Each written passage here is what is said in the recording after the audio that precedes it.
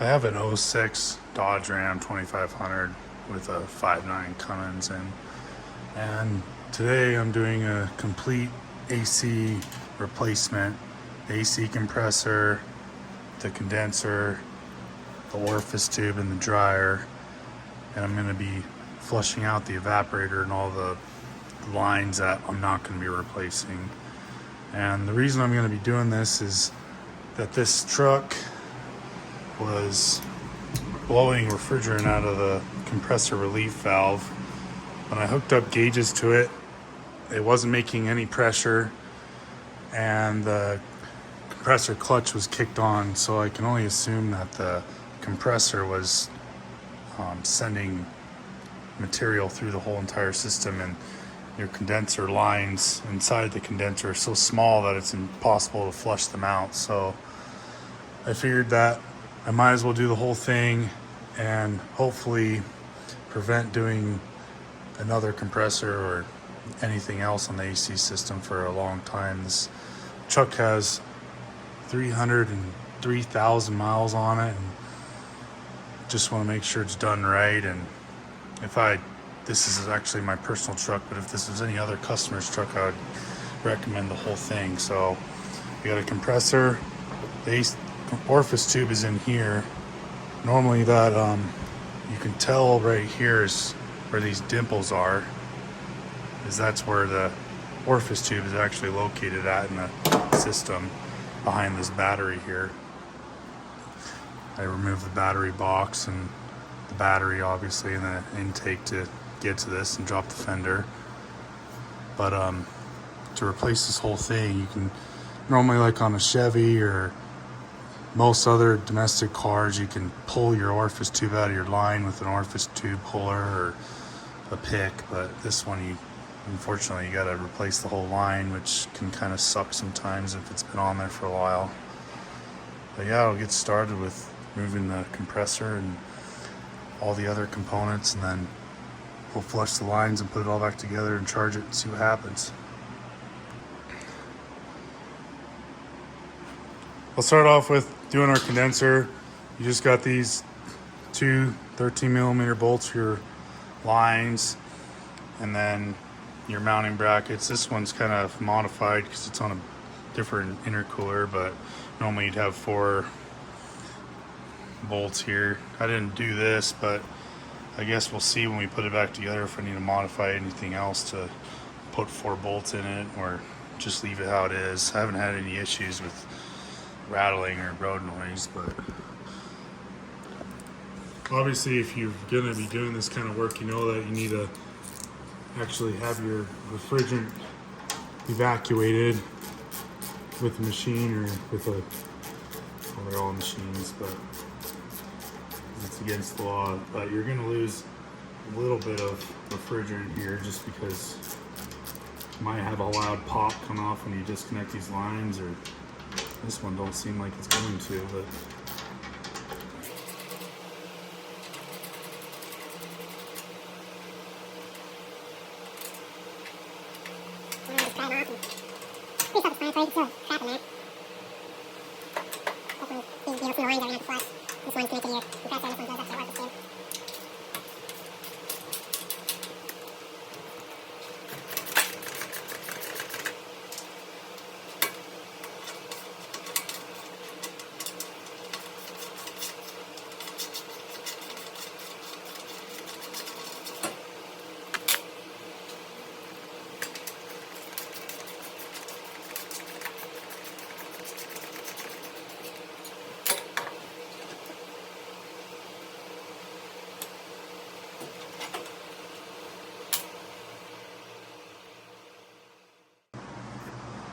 now I'm going to be pulling off this orifice tube.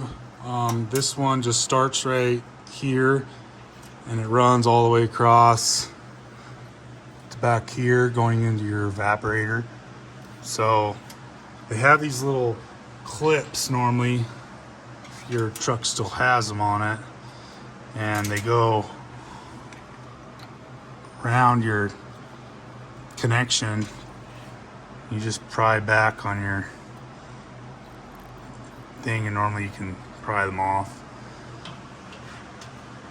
This one has some zip ties for your, this is your coolant line and for your overflow tank and your windshield washer fluid and some of the wiring that goes across the cowl there. So I'll cut these zip ties, and you just really only need one special tool to do this whole job, which you can get at your auto parts store. So I got these are your disconnect, AC disconnect line tools. They make these ones, and then they make these kits. I'm pretty sure all the lines on this truck, at least your two for your orifice tube lines, just use this green one, but I don't think you can buy them separately. This kit I got is actually from Lyle. I bought on Amazon years ago. I cut these zip ties off this orifice tube line, and there's a spring inside these things, and sometimes it can be a pain to get off.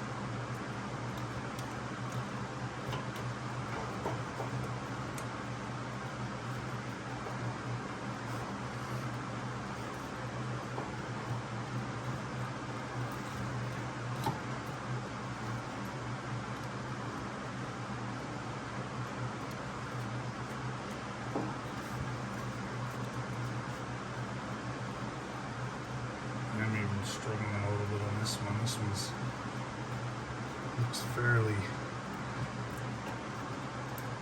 good shape.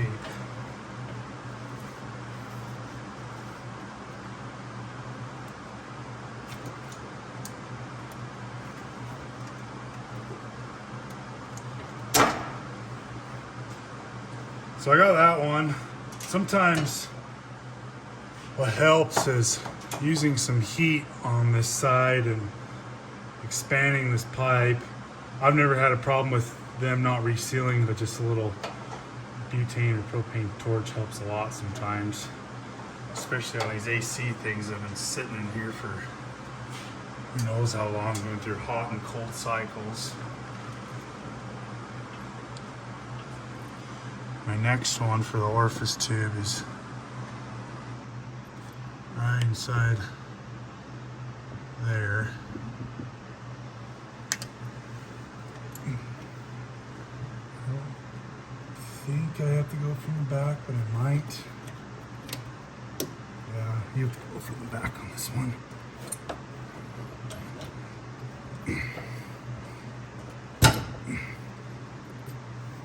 Well, there's the hard part for that. Like I say, sometimes if these don't come out just by using the tool, using a little heat helps a ton. Got my orifice tube out so I can, that one just came right off, get my accumulator dryer, whatever you want to call it, out. You're technically supposed to replace these every time you open your system, but I'm not really going to do that, especially when this one's kind of a pain to get to. On the newer trucks, some of them are just right inside the condenser. You just take off the little plug and slide a new one in there. It's pretty easy. I think this one, these next size up. It's a low side line. I like these angled ones a little bit better than your straight ones because you can get some more leverage on them.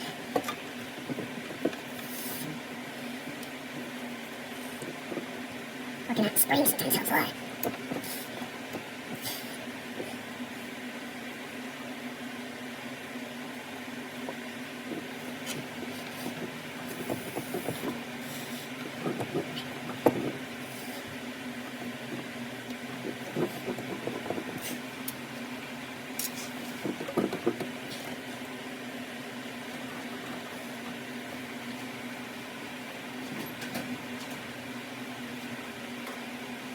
This one's kind of a pain. Let me get out my torch and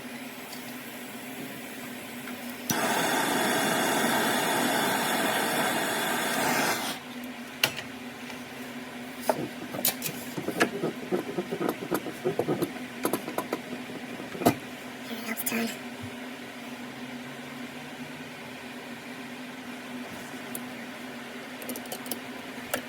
So we gotta go for the backside too. So since this is I'm gonna pull this off, I'm just gonna take this, take my little mounting bolt here. I think it's supposed to have two. This one only has one.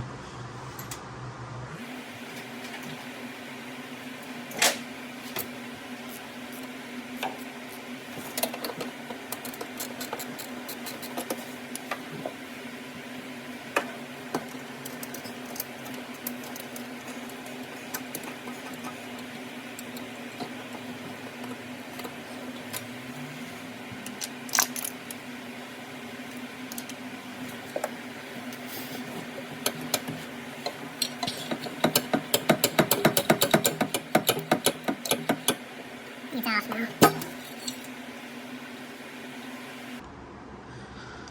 So my last thing I'm going to take off here before I flush everything out and put it back together is this AC compressor. It's not really that hard to do, but these two bolts up here on the bottom side of the bracket, you just need to loosen them and get the threads off out of your housing here, because they're going to come out. You can't pull them out through the frame. No way I've ever found out how to do it. But then we're going to take off you got your little connector for your two lines up here, and it's just a 10 millimeter. Your compressor clutch wires are just up here for just a little connector, and then you got to take your serpentine belt off, which you can actually fit your ratchet or whatever you're using through the bottom here, and getting that tensioner off, it's not too bad.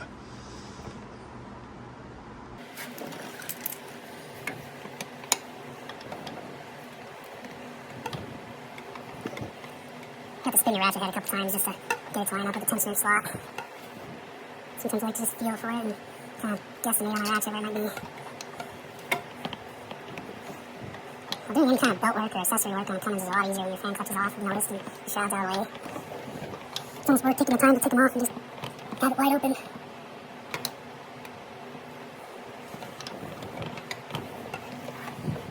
Let's go at this a different approach.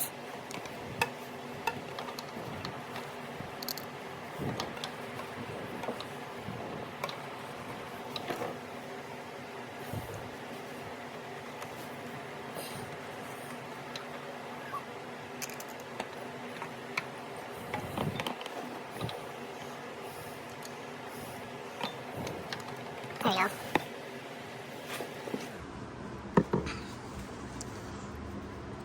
So I'm just gonna remove it off my AC compressor for now. Really don't need to do anything else with the belt, so there's no point in taking the whole thing off because it's a bigger pain in the ass putting it back on.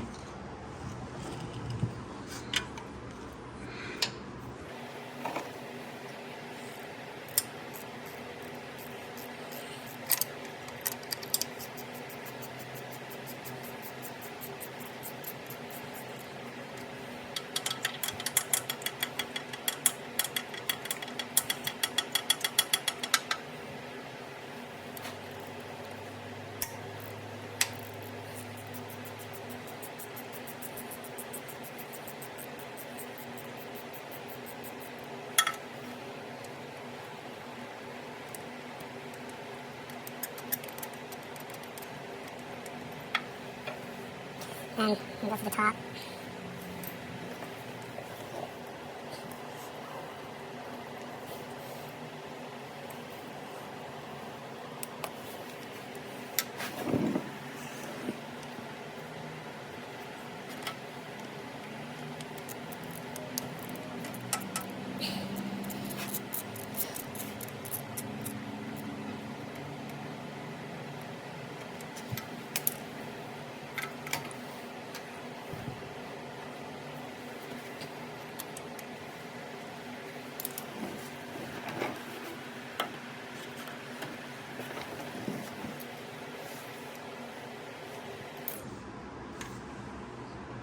Now that I got everything down, like these two bolts, not out but loose, the lines removed, and then our connectors removed, belts off. I can go through the top of the frame and pull the 2 bolts out with whatever you want to use, an impact or whatever. I got all the bolts out, so now I'll just pop down. Pretty simple.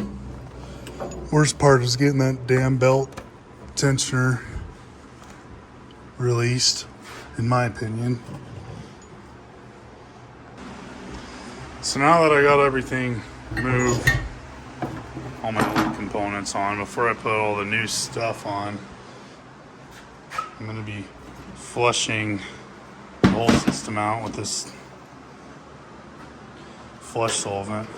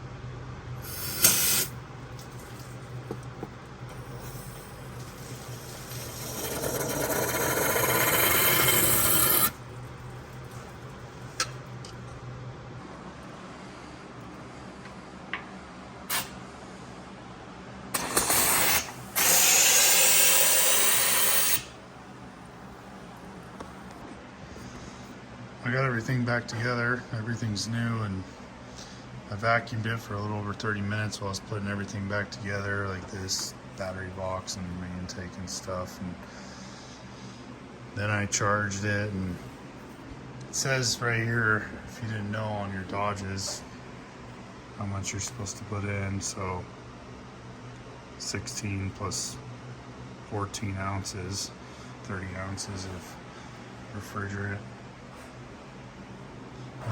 My pressures with the system off are about 85, 86, which is pretty good, I think. I like to follow the temperature outside when I measure my pressures with the system off, and it's about that today, 85 degrees. It's end of July. So yeah, we'll get it fired up and see how it works. So my cap's pretty cold now. Everything seems to be working pretty good. My mode doors, something's wrong with my mode doors inside of here, so it only blows out of here. I think I have a recirculation door, which is under here, and a mode door 1, which is like in this area, that are broken and stripped out. I'm going to replace those in another video. But the cap's cold, it's blowing cold air, and my gauges read pretty good, I think.